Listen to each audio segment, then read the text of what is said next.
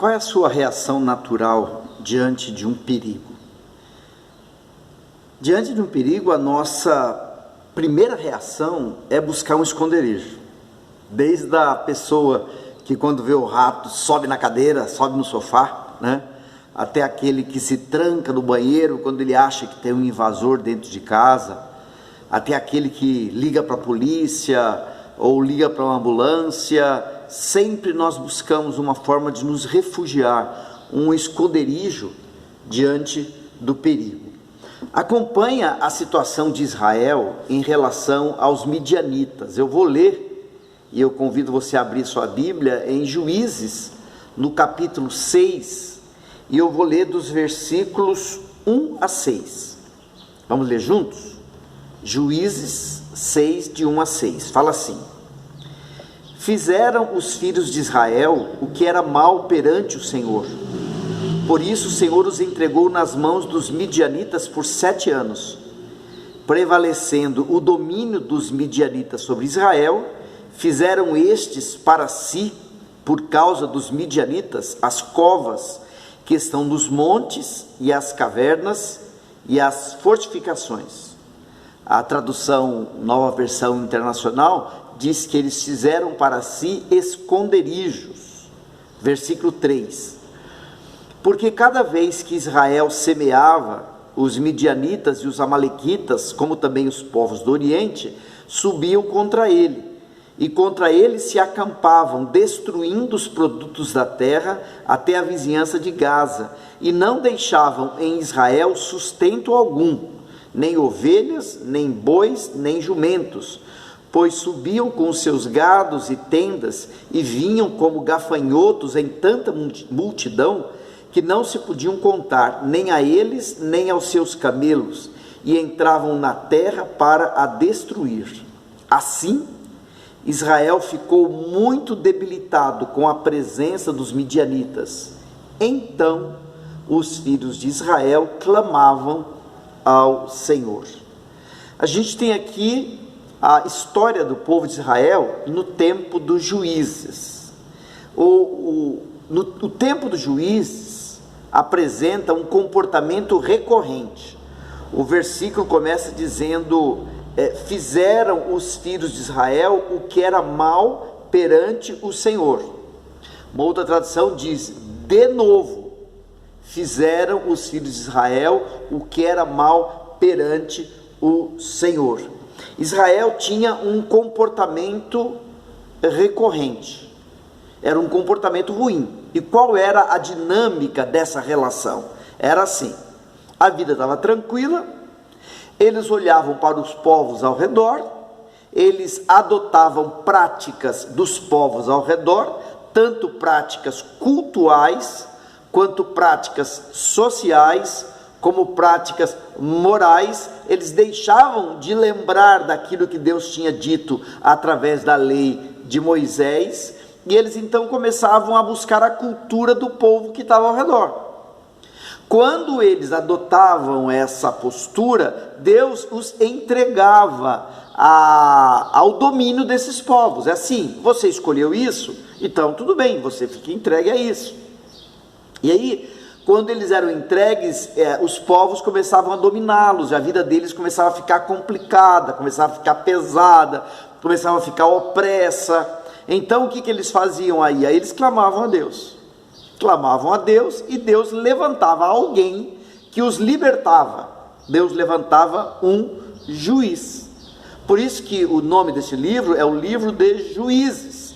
São as pessoas que Deus levantou em determinadas épocas para liderar Israel na libertação de uma opressão que eles estavam vivendo.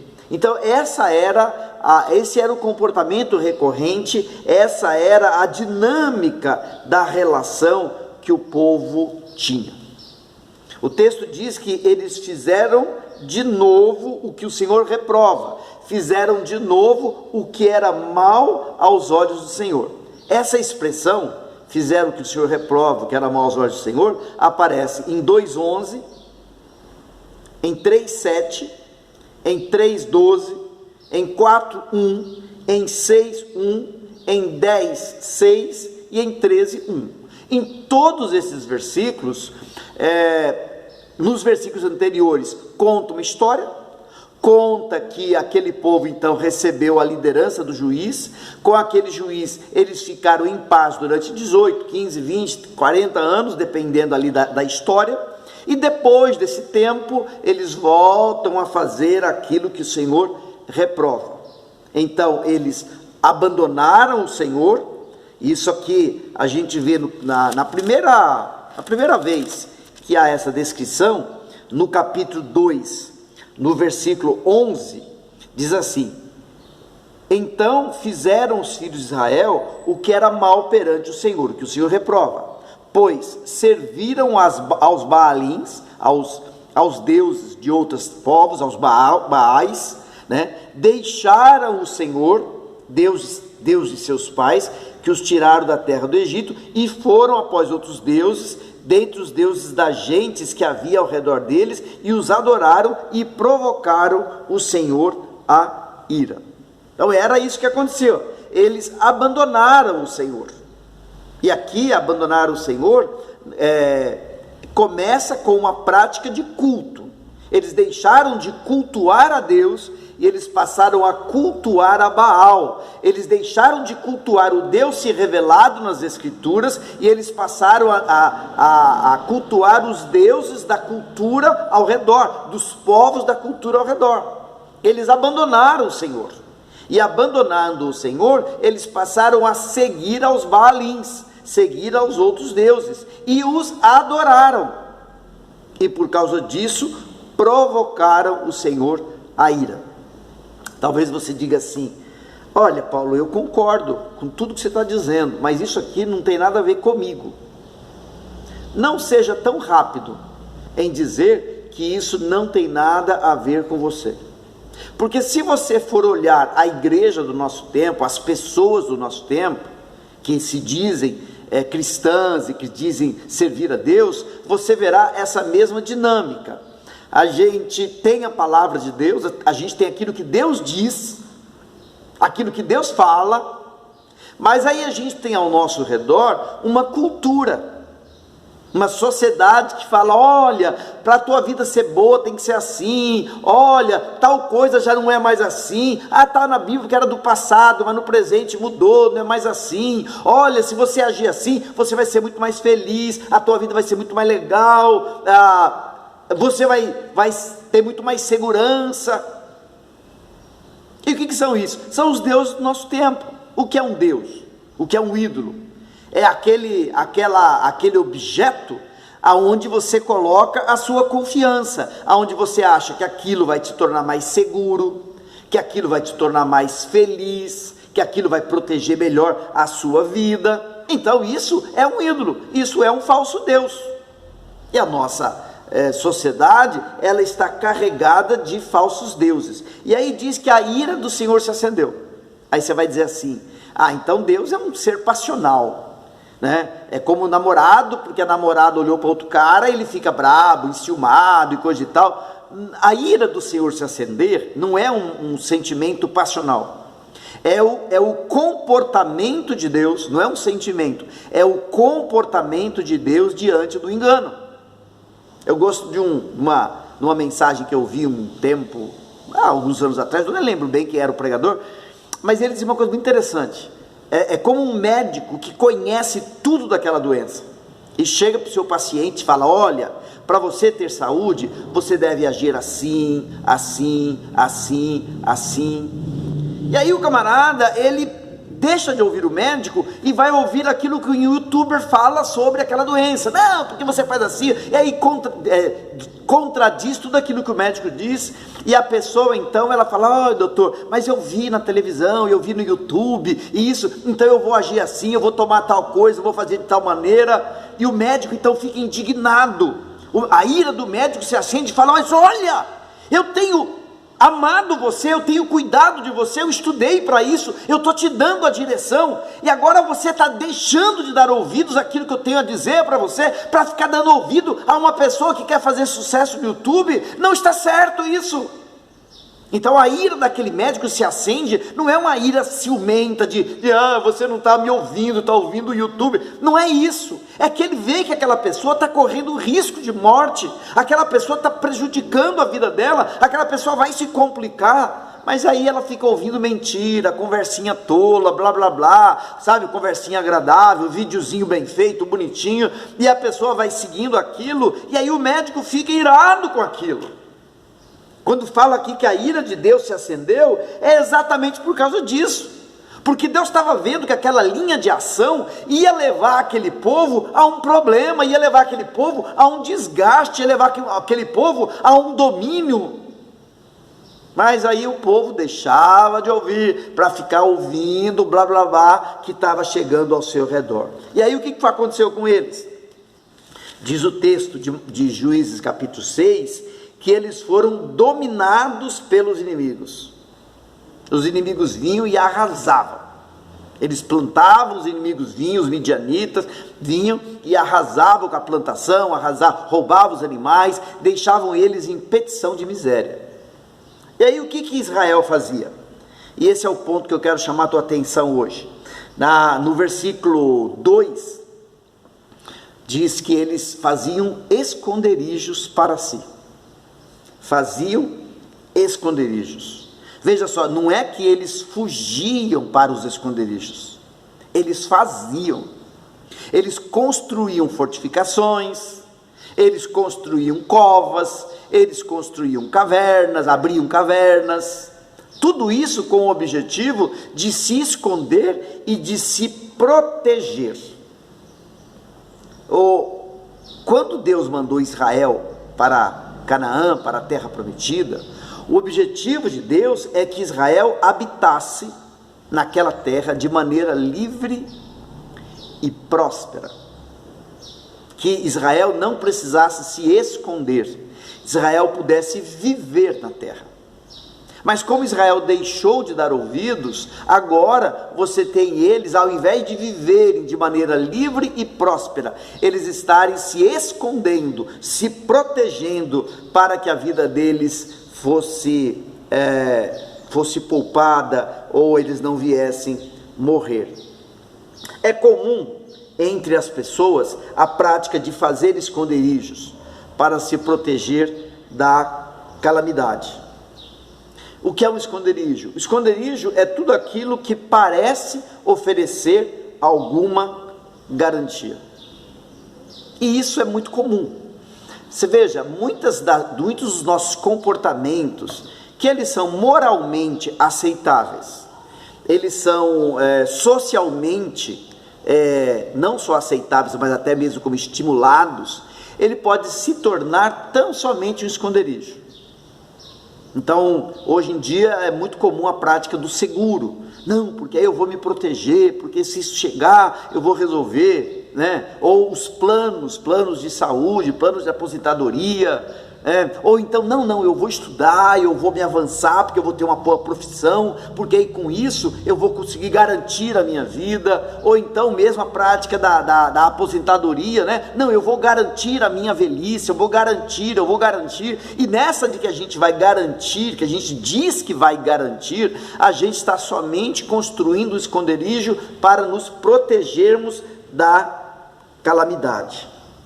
Fazer esconderijos é uma tentativa de se proteger sem buscar ao Senhor. Onde é que está o erro aí? O erro está em achar que Deus não nos protege, em que se nós não nos virarmos nos 30, se nós não tomarmos as nossas medidas, Deus não nos protege. Fazer esconderijos é uma tentativa de se proteger sem buscar ao Senhor. E aí é que está a diferença, porque eu estou falando de um monte de coisa da vida e você está dizendo assim, mas Paulo, tudo isso que você comentou são coisas que todos nós fazemos, inclusive você, Paulo, faz isso, né? A diferença está em o que você faz como resultado de consulta a Deus, e Deus te direciona, porque a tua confiança não está naquilo, está em Deus, e você faz aquilo porque Deus orientou você a fazer, ou aquilo que você faz achando que fazendo aquilo você vai estar cuidado e você vai estar protegido. Veja só, Davi, uma das passagens da vida de Davi que mais mexeram comigo em 2019 foi quando Davi, ele se percebe perseguido por Saul e ele resolve se esconder. Aonde ele vai se esconder? Ele vai se esconder em Gate. Gate era a cidade de Golias, aquele gigante, aquele herói filisteu que ele tinha matado. Então ele vai se esconder lá. Por que ele vai se esconder lá? Porque ele perguntou para Deus? Não. Porque Deus orientou? Não. Ele vai se esconder lá porque ele achou: lá Saul não vai atrás de mim, porque lá é a terra dos filisteus, lá é a cidade de Golias, lá eu vou estar livre de Saul. Então a questão não é nem ele ter fugido, a questão é ele ter ido na presunção, presumindo de que aquilo iria dar-lhe segurança. E, diga-se de passagem, não teve segurança nenhuma, ele foi dor de cabeça, porque o rei de Gate acabou pedindo que ele se tornasse o guarda pessoal. Quando os filisteus vão guerrear contra Israel, os capitães, os comandantes das tropas dos filisteus diz para o rei de Gate: não, Davi não vai com a gente, porque Davi é o campeão deles, e Davi vai acabar arrumando para a cabeça da gente, Davi não vai.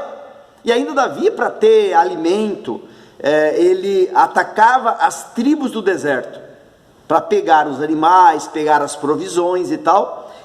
Ele já fazia uma coisa errada, atacava as tribos do deserto, e ele ainda mentia para o rei de Gate, dizendo: não, eu ataquei as cidades dos judeus, porque assim ele ficava de boa, o rei de Gate ficava achando que ele era um camarada que realmente estava odiando os judeus, e que era inimigo dos judeus, e estava atacando as cidades dos judeus. Então veja, a decisão que ele tomou de fugir, e fugir sem uma consulta a Deus, fugir somente porque ele achou que com isso ele ia ter mais segurança, só complicou a vida dele. Então a questão aí é o fato de que a pessoa monta um esconderijo para si, sem ela perguntar para Deus o que ela deve fazer. É verdade, tem hora que a pessoa vai perguntar: Deus, eu devo trabalhar? Onde? Devo estudar? Onde? Eu devo tomar essas medidas de prevenção para o meu futuro? Onde? Como devo fazer? O que devo fazer? Mas a confiança não está no que você faz, a confiança está no Senhor. Jesus disse, no Sermão do Monte: buscai primeiro o reino de Deus, a sua justiça, as demais coisas serão acrescentadas. Então é diferente você buscar a Deus, e aí então você obedecer a Deus, você ser direcionado por Deus, ou você fazer achando que aquilo vai te dar alguma garantia. Então fica aí 3 perguntas para você. O que você tem percebido de opressão na sua vida? Israel, porque se colocou de acordo com a cultura da época e do lugar, Israel estava sendo oprimido pelos povos do lugar. O que você tem percebido de opressão? Será que estas opressões que você tem sentido, que você tem percebido, não é resultado das suas próprias escolhas? Será que esta opressão e estas opressões não é simplesmente aqueles deuses e aqueles povos que você escolheu e que agora eles estão dominando sobre você e que você está se sentindo oprimido? Isso em várias áreas da vida, A pessoa pode estar se sentindo oprimido na sua profissão, ela pode estar se sentindo oprimido na sua vida financeira, ela pode estar se sentindo oprimido no seu relacionamento familiar, ela pode estar se sentindo oprimido na sua vida religiosa, ela pode estar se sentindo oprimido em várias questões, porque ela colocou nisso a sua confiança, ela fez disso o seu esconderijo e agora está sofrendo. E aí vem a segunda pergunta: quais esconderijos você tem construído? Quais são as posturas que você tem tomado e que você acha que essas posturas vão te tornar mais seguro? Quais são os seus esconderijos? né? E a terceira pergunta: que mudança de comportamento você precisa assumir? Você precisa voltar a colocar a sua confiança absoluta no Senhor. Você precisa voltar a adorar o Senhor. Você precisa voltar a buscar ao Senhor em oração. Você precisa voltar a colocar o seu descanso no Senhor e não em nada que essa terra possa te oferecer. Quais são as mudanças de comportamento que você precisa assumir, para que então você seja livre desta opressão que vem sobre você? Olha, construir esconderijo não resolve, somente joga o problema para amanhã. Busque a presença do Senhor.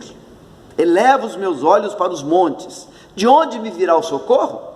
O meu socorro vem do Senhor, que fez os céus e a terra. Vamos orar?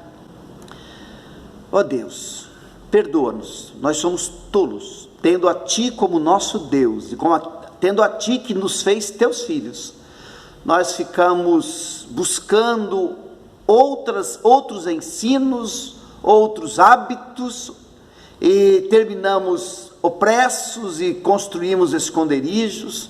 Perdoa-nos por causa disso. Enche-nos com a sabedoria da Tua palavra, enche-nos com o Teu Espírito Santo, para que possamos habitar na terra de maneira livre e próspera, segundo aquilo que o Senhor pensou para a coroa da criação. Nós oramos assim no nome de Jesus. Amém.